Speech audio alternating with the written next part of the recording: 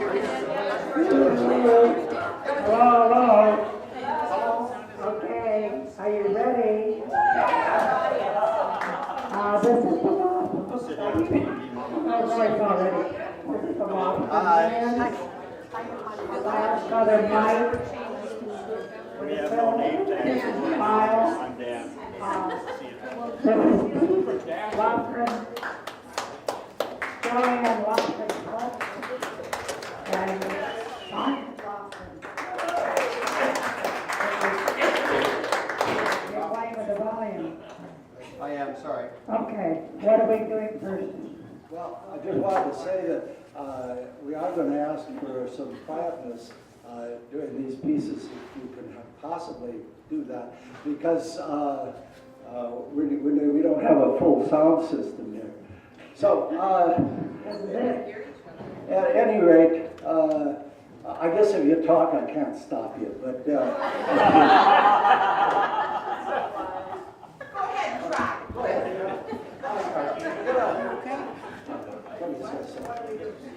I've got a couple of never heard of before anecdotes about this arranged union. If we go to 1962, after Lyle convinced our mother that he wasn't a homewrecker, I was right there. And he said no, and on the background I was nodding up and down. But at any rate, my mother was convinced that he wasn't a homewrecker. So then they decided to get married, and both of them failed the Minnesota blood test. So they had to go to Iowa. Was it South Dakota? All right, South Dakota. They had to go to South Dakota where there were no regulations on who married who, when, and they found a JP on a lunch break, and he married them. He remarked that Liz was awfully skinny for somebody who was supposed to be pregnant, or why are they getting married? Whoa. Then you spin, and they moved into a house in cities, and you spin ahead and to Bud Clayson. I have told the story, excuse me, so many years. We both got stuck to help them move from the house they were living in, or renting, I guess, to where they live now. And it was an impossible stairways, and Bud and I worked together the whole day, moving, and both of us liked moving about the same. Bud had not been too long away from basic training in the military, so I'm not going to use his vocabulary because there are children present. But at any rate, we were carrying this chest of drawers down the stairs, looking at each other, and Liz said, "Be careful of that, that's an antique." And Bud looked across at me and he said, "That's what they always say when they have ratty furniture."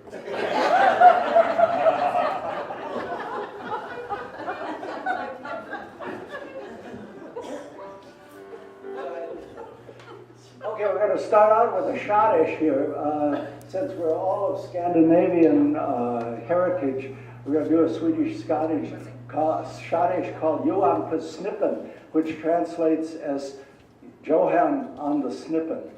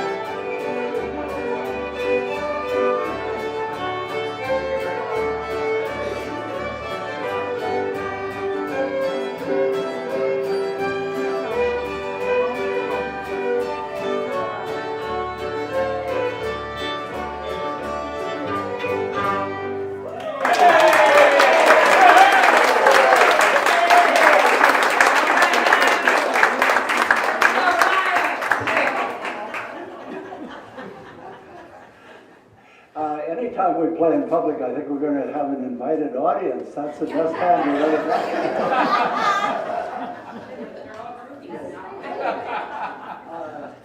Do you want to sing it to the mic? Yeah. Solo here by Merle, Pete. You can call him either Merle or Pete.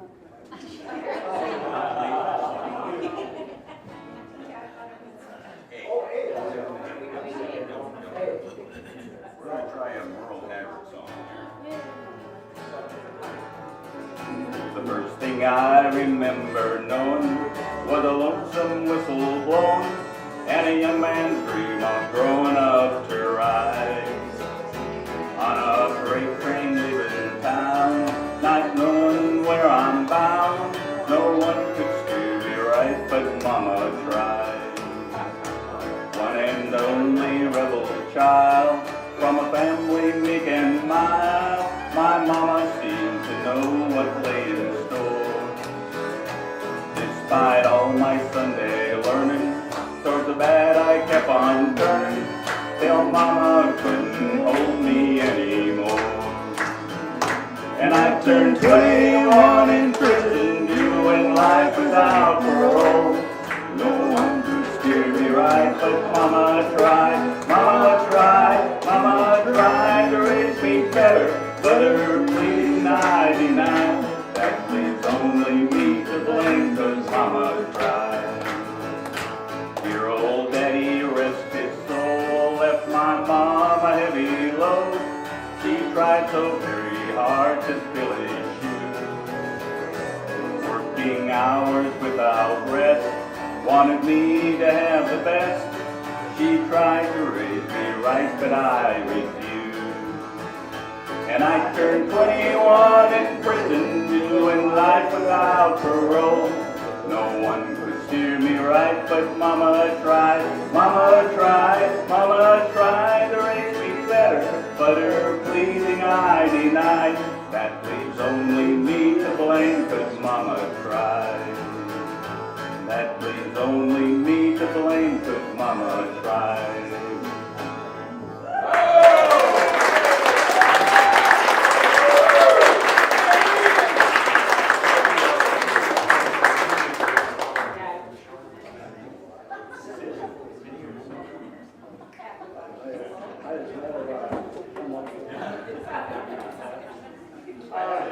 Now this one, you're not going to understand the words, so we don't understand the words either.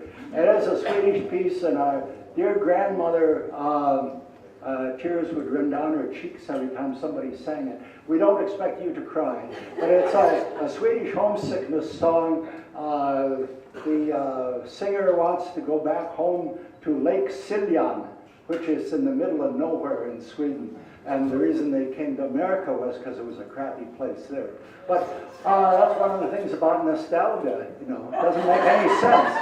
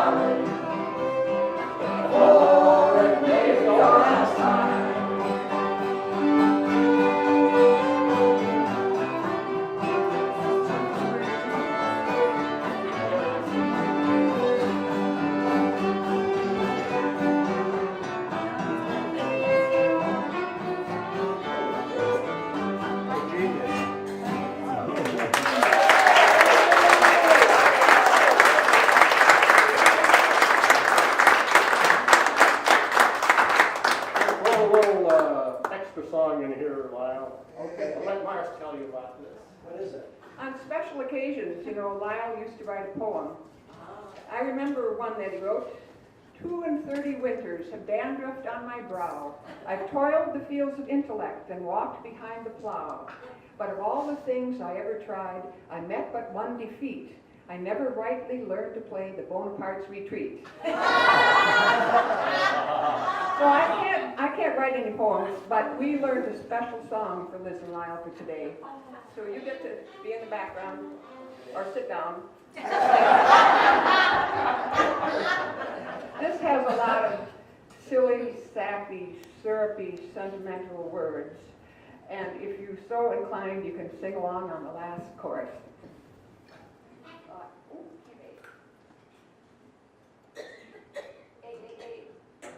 Oh, see, keep see.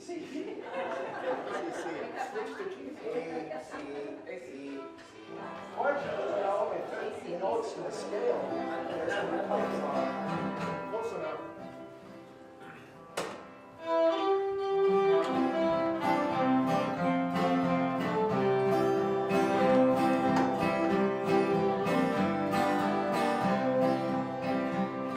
Her hair is wintry, snowy white, her trembling steps are low. Her eyes have lost their merry light, her cheeks their rosy glow. His hair is not its hints of gold, his voice no trembling thrill. But yet though feeble, old and gray, their faithful lovers still. Their faithful lovers still, their faithful lovers still. Yet so feeble, old and gray, their faithful lovers still.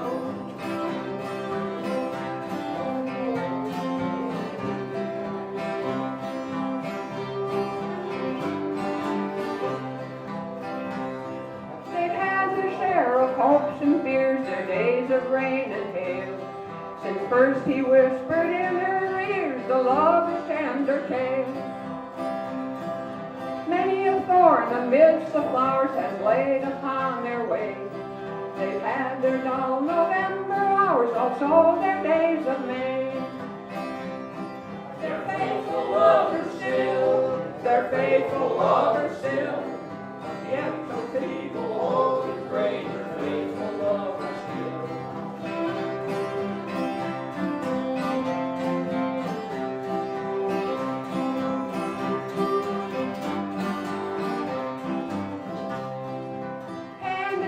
Together they go, advancing down life's hill, in hopes one plot and just one grave, with hope of lovers still.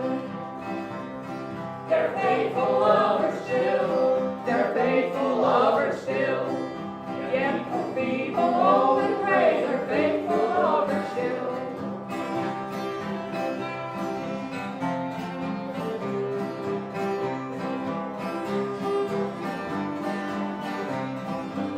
Chance now.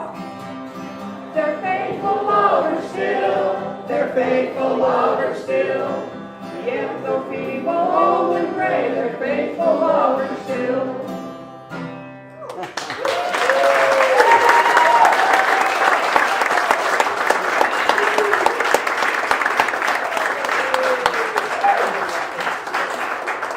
Okay, now we have entertainment from the younger generation. And when Mark, our oldest son, was a teenager, he had other friends in the basement. They had a band, and it consisted of 2 drum sets and enough amplifiers that the street lights dimmed when they turned them on.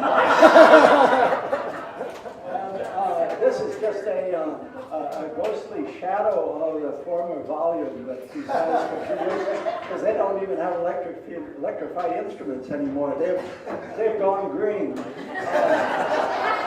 off the grid. Actually, NSP asked them to please. So this was called the Stonehouse Band when these kids were growing up, because our house has stone pillars in front. And now it's what, the Chet Johnson Review. The Chet Johnson Review, named after one, what's his name? Chet Johnson. Who's not in the band, actually. This is son Mark. Back in our incorrigible youth here, Chet Johnson was a handy fellow to pin the bills on that we couldn't pay, so we came up with a fictitious name for the bills to be named in that way. Do not try and get a guess account. You end up paying $500. Unfortunately, I felt too guilty, and I wound up paying him anyways. His birthday is coming up shortly. So you want to introduce us to that? I will, sure. These guys can remember all the words to every song from the last 50 years here. I can't remember shit. But your hair is still brown. That's the main thing. I have to too. Well, no, that will sound like we did when we were kids. Well, we didn't have tuners then.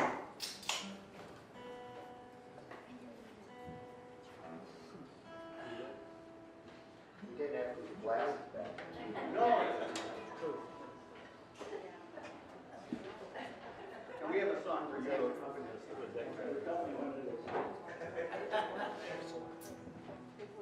I wrote a few notes here too about our tuners. No, they're not. They're not.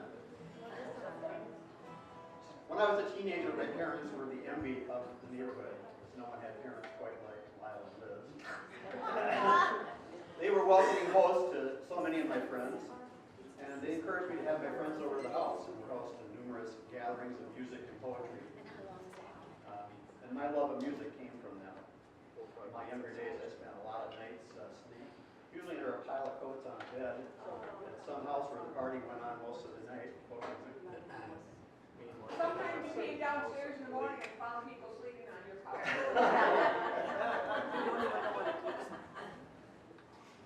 Then there was always music in our house, always. And I was introduced to the Beatles by my dad. And kind of over at that point, rock and roll became talked about what it was like. Being the oldest, I had first dibs on the basement. My brothers never got a chance, we never had a chance. It soon became the neighborhood drop-in center. There'd be, I don't know, 10, 20 people there on a Friday or Saturday. And as he said, we had 2 drum sets and lots of amplifiers and electric instruments. The house just shook. I mean, it literally shook. And I don't know how they withstood it. I really don't. My love of travel came from our annual summer camping vacations. We'd all pile in the car and travel the country. 4 boys, in the back of a Jeep Wagoneer and then in the back of a Suburban. All the camping equipment, 4 boys, 2 of them in diapers.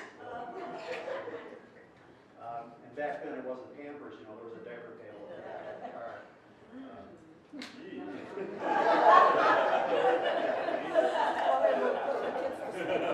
As you can tell, there's a lot of humor in my family. I inherited my sense of humor from Mom and Dad. There's a certain kind of humor that I don't hear much outside our family. I'm here, so I don't know if that's the norm in families, but we laugh at things other people don't laugh at. People don't laugh at things I think are funny, so that's how it goes. But I got lucky when my mom married my dad, Lyle, and I couldn't ask for better parents. Their marriage has been a wonderful thing to witness. It's always been evident to me how much they love each other. And I'm very grateful that I still have them both in my life. When I was young, I often took my parents for granted. I think that's how it goes with kids. Now that I'm older, they become more precious to me every day. I'm just so glad they can be here, and that all of you can be here with us today to celebrate. Yeah. I love you, Mom and Dad. Happy anniversary.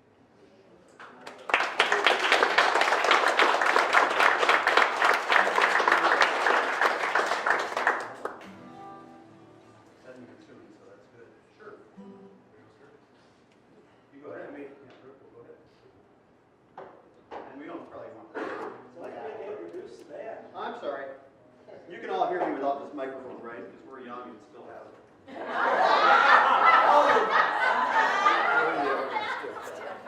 These are both guys I met when I was still in high school. Al Olson, Kevin Ingram. They were part of that basement tribe. We're lucky to have survived. And we probably have faces to show for it at this point.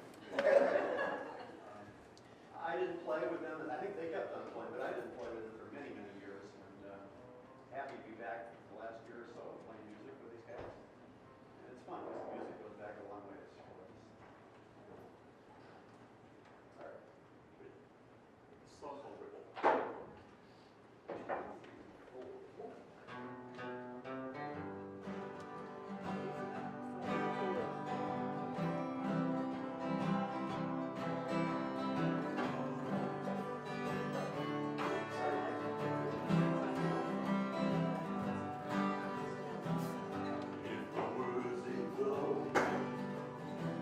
With the golden sunshine,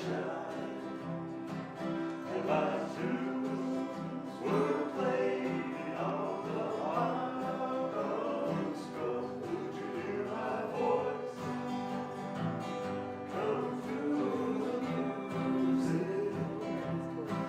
Would you hold it near as it were your own? It's a hand-me-down. Hearts are broken. Perhaps they're better left unsung. I don't know. Don't really care. Let there be songs to fill the air.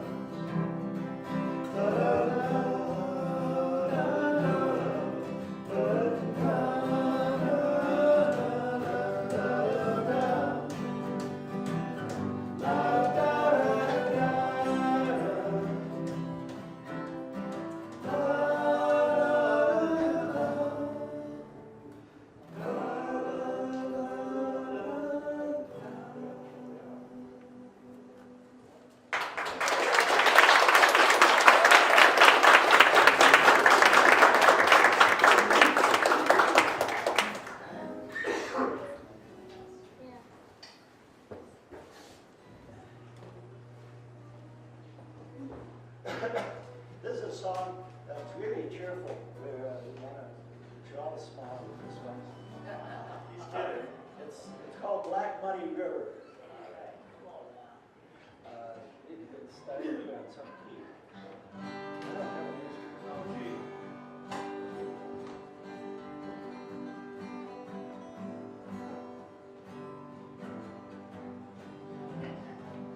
When the last rose of summer pricks my face, and the hot sun chills me to the bone, when I can't hear the song for the sing,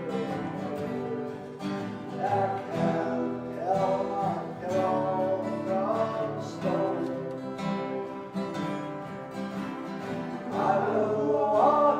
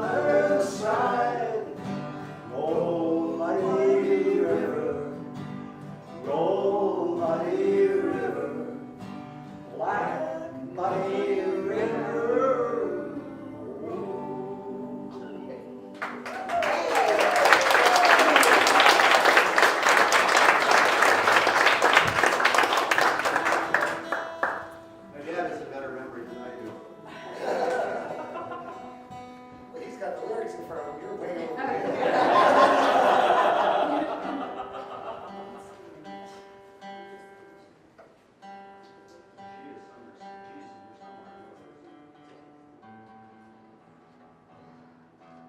This was the one?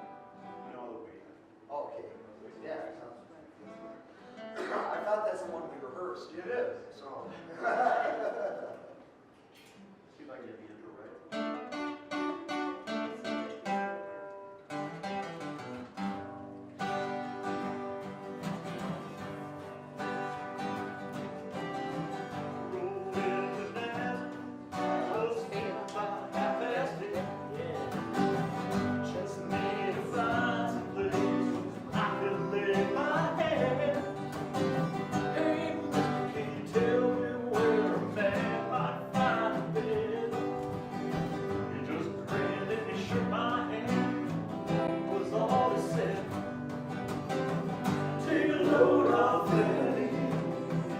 Take a load for free. Take a load off Eddie. You put the load right on me.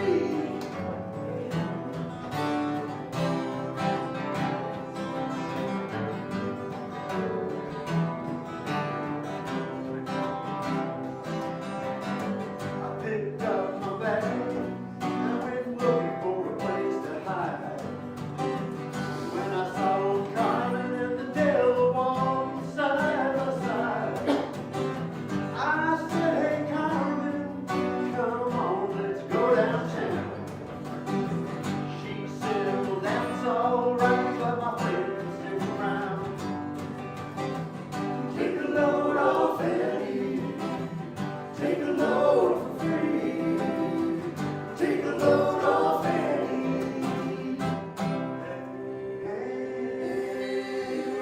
You put the load right on me.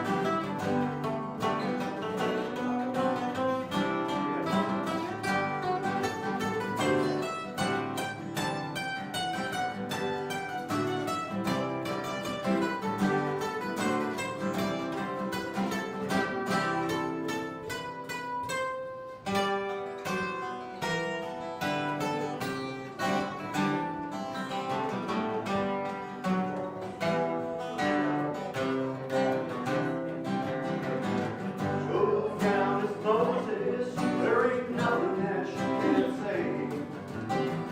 It's just old Luke, and who's waiting on the judgment day? Hey, Luke, my friend, what about your enemy? Said, do me a favor, son, won't you stay and send me company? Take a load off Annie, take a load for free. Take a load off Annie. You put the load right on me.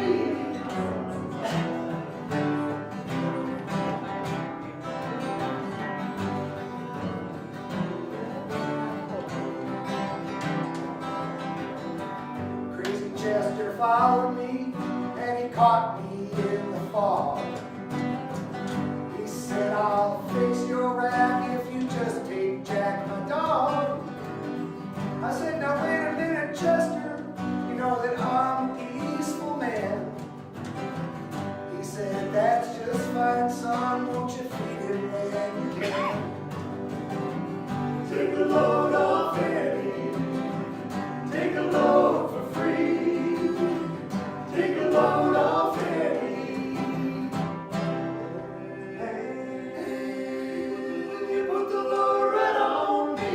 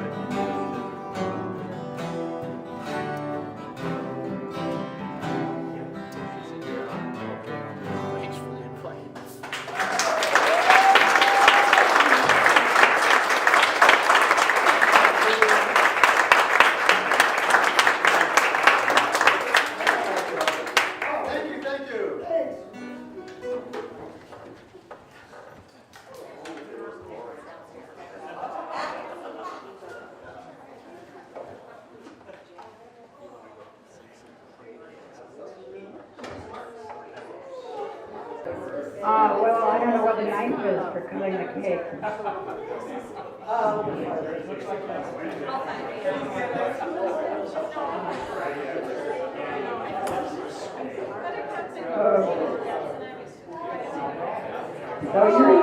you're over, right?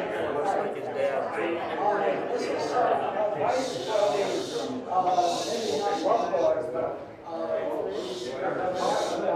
what is it that's kept us together for 50 years? And actually, it was quite a long discussion.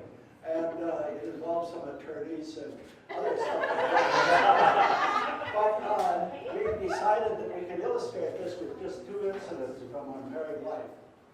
And the first one was getting married. Now, Liz has been married a lot longer than I have.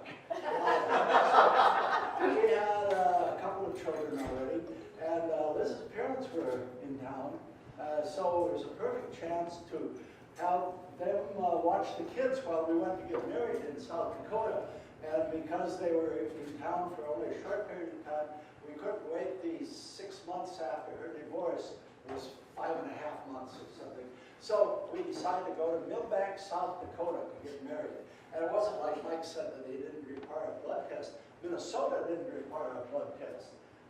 South Dakota did. So we were certified healthy. We took off on a very hot day.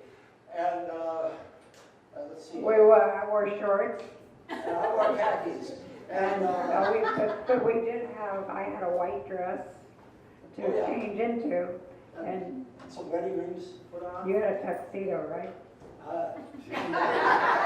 Right, a tuxedo and some wedding rings that we bought for $20 each at Target. And We got this Millbank, South Dakota. Now the courthouse in Millbank is the tallest building in South Dakota. It's 3 stories high. it's got a big flight of stairs up the front, like stone stairs to go way, way up. Dust of the pieces on the 3rd floor. But I think it was the 4th floor. in a 3-story building, that's unfair. So we Hang in there, Lyle. He was out inspecting manhole covers. The streets of Millbank were not paved, so I don't know where the manhole covers were. They said, come back after lunch.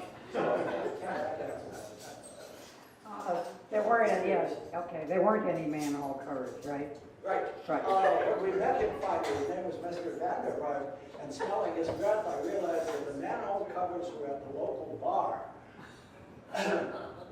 But he was in a hurry, it turned out. He had come back. He now wanted to go back and inspect more manhole covers. So let's start the wedding ceremony right now. And we said, but we have these clothes to change into, and he said, no, there's no time for that. I'm busy. So you just have to get married right now. So the wedding session was the clerk of court and Mr. Hall from across the hall. No kidding.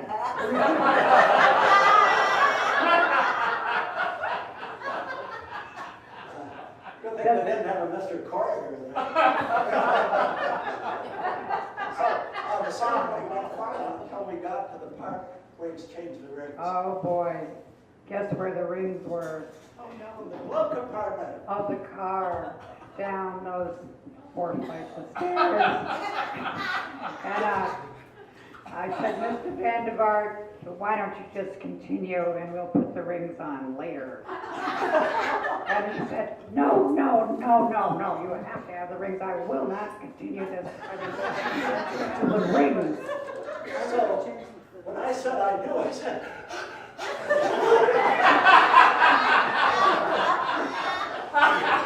fortunately, that wasn't the last piece of passion between us.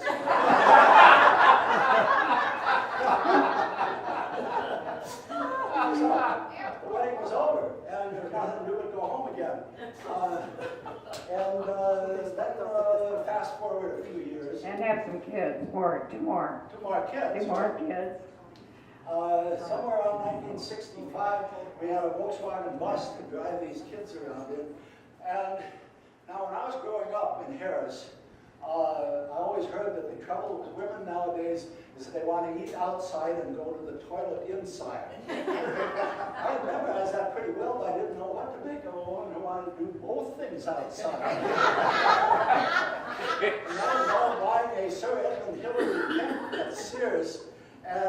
by, camping equipment, 10 by 12 tent.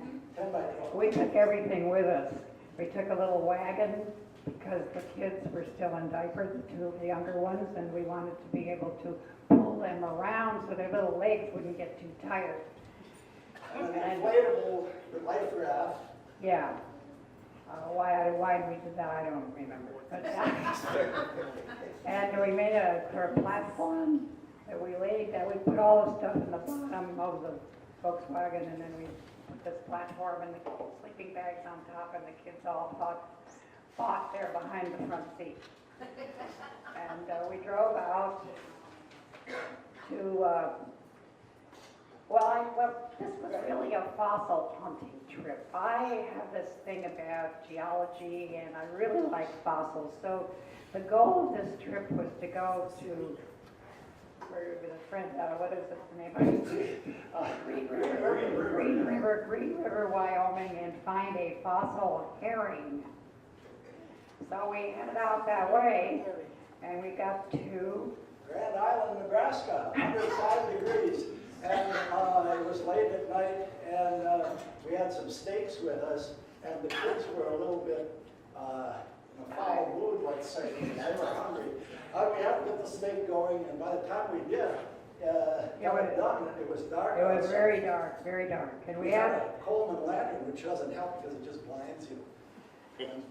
But it does attract an insect called the June bug. the June bug. And the way that we knew that June bugs were visiting us is when you cut a piece of steak and put it in your mouth, you got along with it a crunch. Oh. A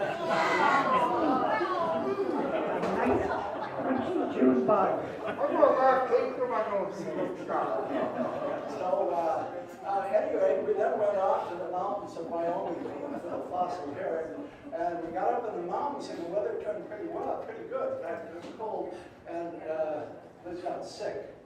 So we went to the doctor, and the doctor says, "Don't tell me, let me guess, you've been going through Nebraska at 105 degrees temperature, now you're upwards 50 degrees, and now you're sick, right?" And Liz said, "Yeah." And the doc says, "Nothing can be done for it." So we camped on the shores of Flaming Gorge. Flaming Gorge. Dam. The river, yeah. The river's been dammed. Yeah, and then where, what's her name? Lyndon Johnson went. Lady Bird Johnson. Lady Bird Johnson said, "Now I give you your Flaming Gorge Dam." They had a recording, you can listen to her saying. What we didn't notice, we put up our tent. It turned out it was the only tent in the whole camping area. Everything was RVs. And you know, this didn't register with us. We blew up the air mattresses and blew up the inflatable life raft, and then decided to go sightseeing. Drove around a little bit, and somebody who was also with this campground stopped us and said, "Did you know your tent is blowing into the lake?" No, we didn't know that. So we went back and tried to do this to the tent while Liz puts it back together again. She's the only one who knew how to put it back together again. Just then a garbage truck came by, and we asked the people, "Does it blow like this often?" And they said, "Every afternoon." 80 miles an hour every afternoon. Meanwhile, the life raft had tumbled through the cactus and was now leaking. And it was the end of the life raft, unfortunately. But we decided to move to the mountains, the Utah Mountains in Utah, where there'd be less wind. Where I got pleurisy. Up in the woods, yeah. I got pleurisy, but we could go down every 2 days. In fact, we had to go down To Vernal, Utah. every 2 days to wash diapers. Yes, to take this foul diaper down. Go to the laundromat. I had saved up some vacation, so this was like a month ago, so it was going to be just great. On the way home, we stopped, of course, at all the sites. On the way home in Pipestone, Minnesota, the engine blew. The engine If you know blew. anything about Volkswagen buses, they always blow their engines.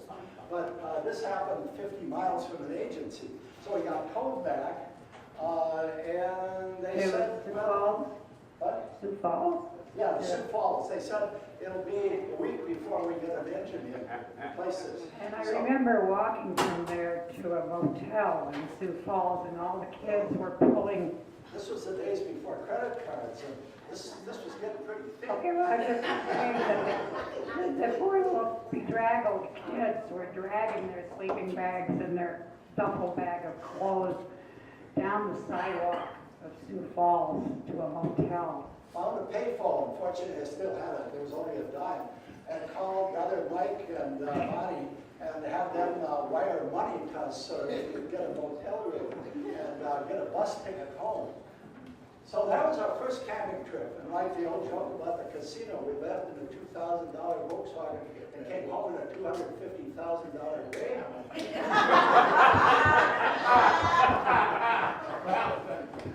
We had some other camping experiences.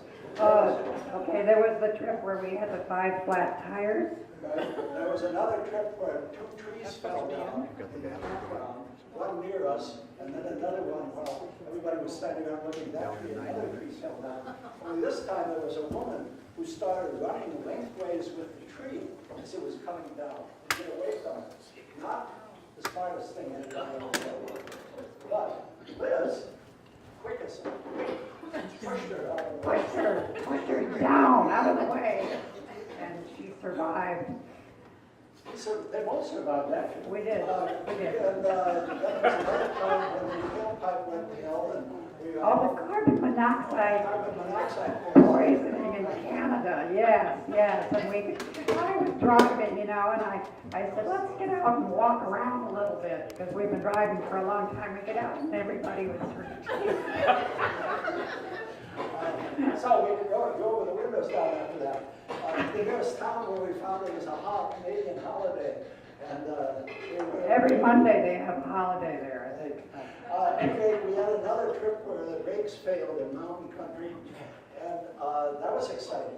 And another one where Liz had a bad case of the flu, and she was the only one who knew how to pack the car. We got to the customs, Canadian customs. Well, we were in Canada going to Maine, and Lyle, well, you were asked if you had any citrus fruits. Yeah, we had any citrus fruits. No, we had orange a couple of days ago. So I got to thinking, did we still have that? No.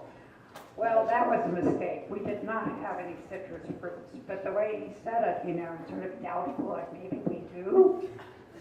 So, the customs official, who had nothing other to do, said, well, I gotta look. You gotta take everything out of your car, I gotta look for the citrus fruits.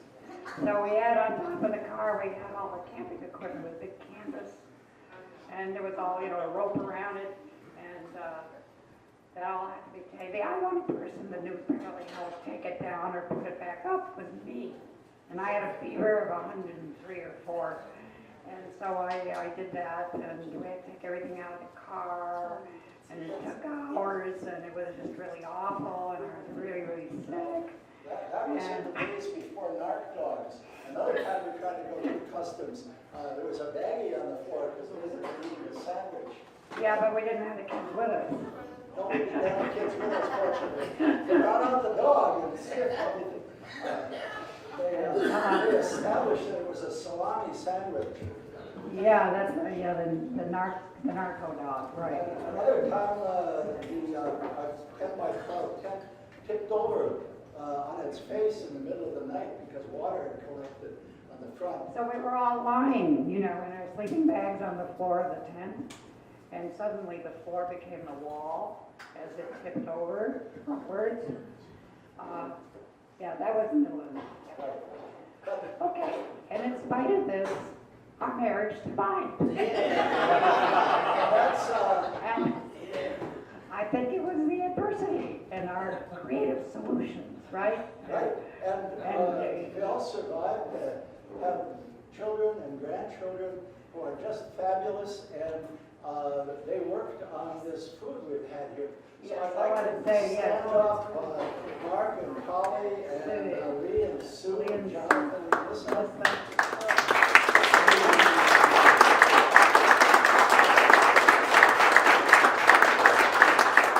And our good friend Karen Bartuszek. Oh, yeah, she did a lot. Stand up, Karen. Karen also supplied the flowers on the table. No, not all of them. Farmer's market. Okay, she The didn't. farmer's market and Karen did it, but the farmer's market couldn't have done it by themselves. At any rate, that's the end of the formal program. You may now resume talking. And you made it. Oh, there's cake back there. Yes. That's the other thing. Oh, Now, cake is there. there are the portraits of those two strange-looking people that are us. And by all means, eat us.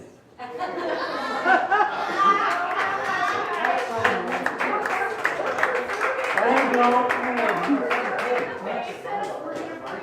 Anniversary next year. Oh, all right. Here, okay. Let's do it again.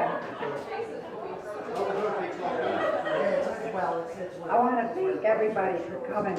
It's been a lot of fun for us too. Thanks so much.